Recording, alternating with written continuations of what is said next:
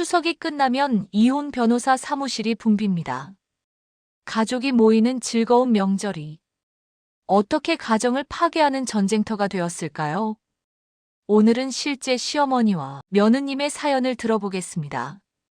안녕하세요. 저는 경기도에 살고 있는 결혼 8년 차 며느리 김수연입니다. 올해 추석이 정말 마지막일 것 같아서 용기 내서 이렇게 사연을 보냅니다. 지난 추석이 어떻게 지나갔는지 처음부터 다시 말씀드릴게요. 추석 3일 전부터 시어머니한테서 연락이 왔어요. 며느리야, 올해도 집에서 제사 지내니까 미리 준비 좀 해두렴. 저는 당연히 네 하고 대답했죠. 8년간 늘 그래왔으니까요. 추석 당일 새벽 6시에 일어나서 시댁에 갔어요. 그런데 시어머니가 이미 혼자서 장을 다 보시고 계시는 거예요. 미안해서 어머니 제가 도와드릴게요 했더니 아니야, 넌 전이나 붙여라 하시더라고요. 그때부터 제 지옥이 시작됐어요.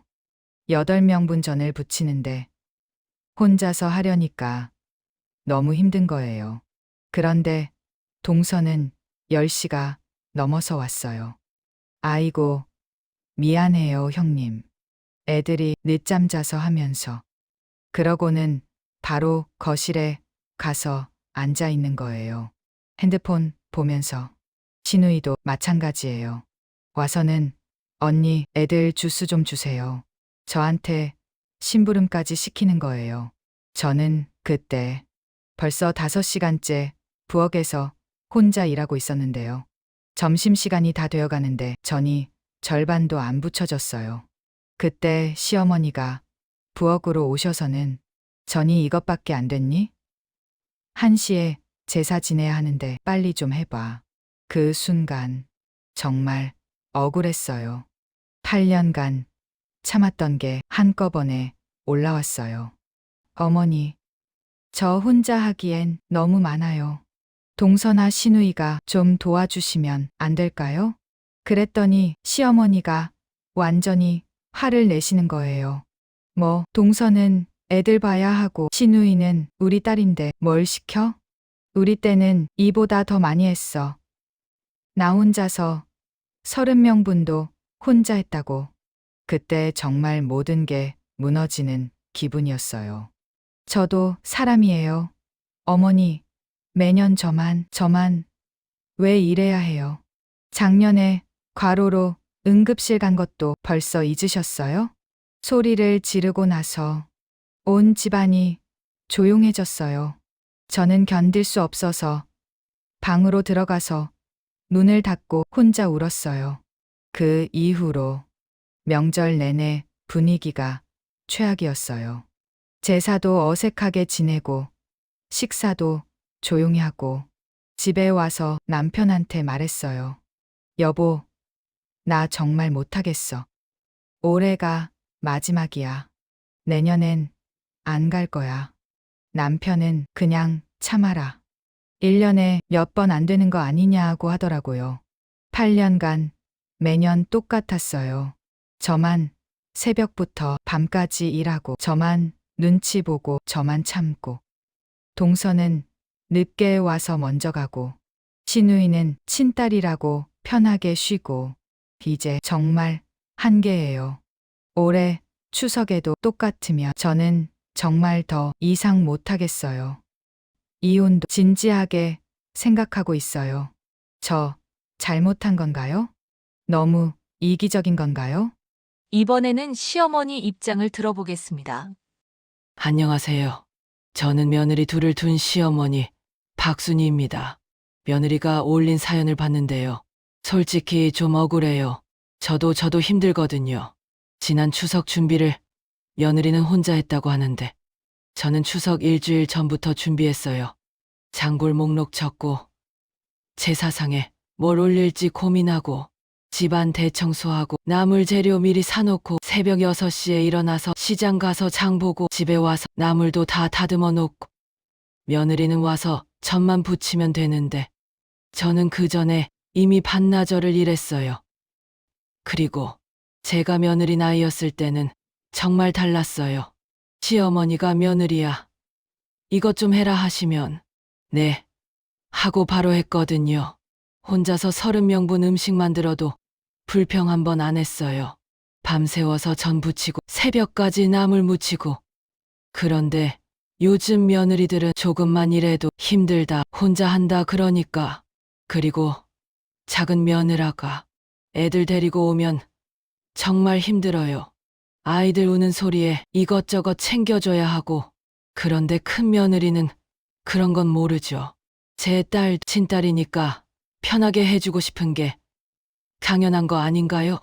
1년에 몇 번 오지도 않는데. 그런데 며느리는 매번 불만이에요. 동서는 왜 일 안 하냐? 시누이는 왜 쉬냐?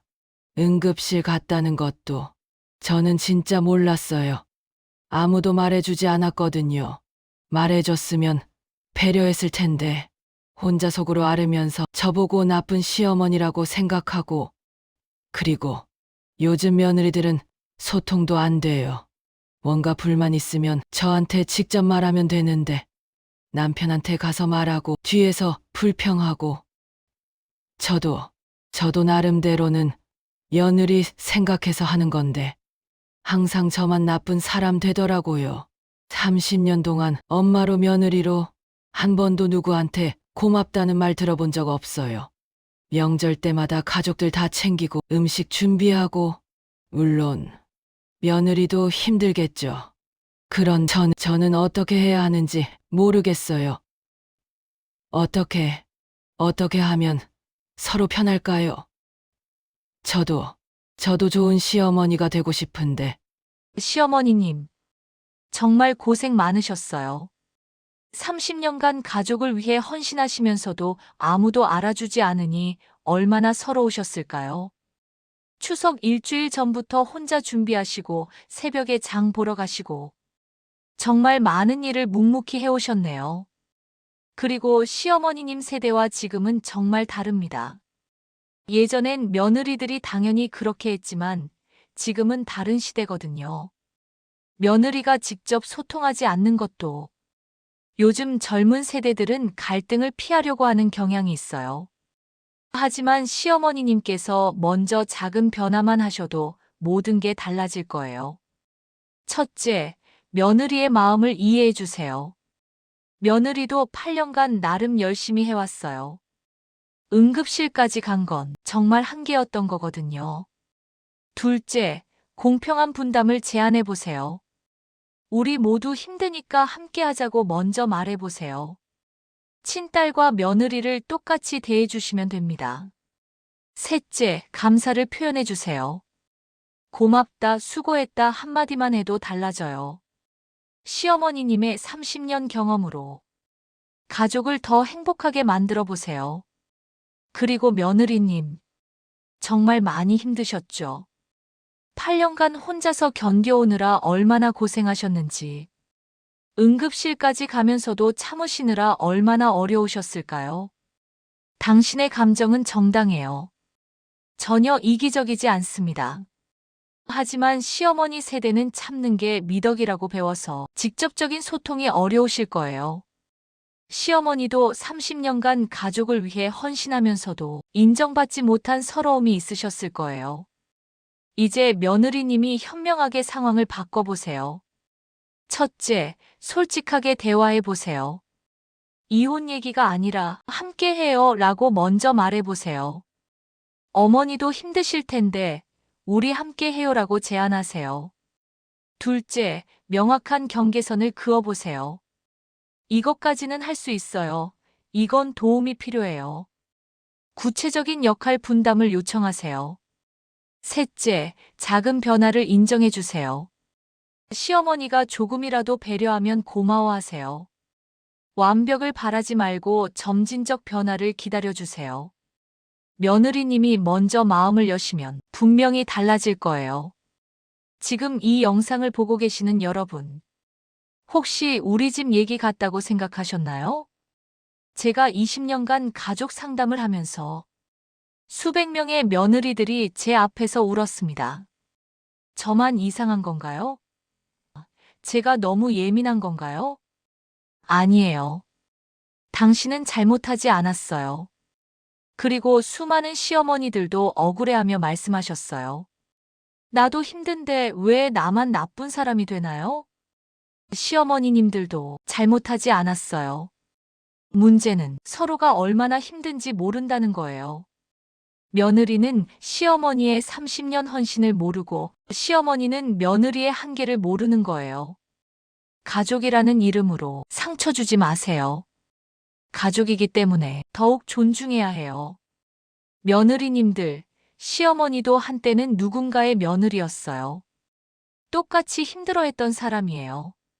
시어머니님들, 며느리도 누군가의 소중한 딸이에요. 내 딸처럼 아껴주세요. 명절은 전쟁이 아닙니다. 사랑을 확인하는 시간이에요. 지금 당장 용기 내서 먼저 말해보세요. 미안했어, 고마웠어, 사랑해. 그 한마디가 여러분 가정을 구할 거예요. 여러분 모두 행복할 자격이 있어요. 포기하지 마세요. 혹시 여러분도 비슷한 갈등 있으신가요? 댓글에 가장 힘들었던 명절 경험 한 가지만 적어주세요. 지혜로운 시니어 생활정보의 박지혜였습니다. 구독과 좋아요. 행복하세요.